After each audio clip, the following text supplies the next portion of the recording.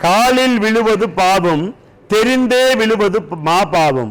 எந்த விதத்திலும் உங்களில் ஒருவன் தான் நான். உங்களுக்கு என்ன குணங்கள் இருக்கிறதோ அதே குணங்கள் தான். என்ன ஒரு சில செய்திகளை முன்னரே தெரிந்ததால் நான் இங்கே, அதை கேட்டுக்கொண்டு நீங்கள் அங்கே. பின்னரும் என்னை போல நீங்களும் இங்கு வந்துடலாம். அதனால ஏற்றத்தாழ்வு இல்லை, எல்லாம் ஒன்றுதான். யாரும் யாருடைய காலிலும் விழுகாதீர்கள். ராஜ கம்பீரமாக எப்பொழுதும் இருக்க வேண்டும். பெற்றோர்கள் காலில் விழலாம், அல்லது உங்களை நம்பி பெண் கொடுத்த பெற்றோர்கள் காலில் விழலாம்.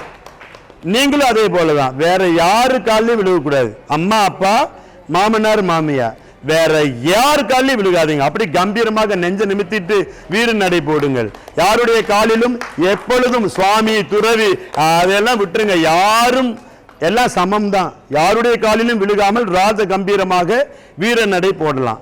ராஜ பரிவார பூஜை நடைபெறுகிறது.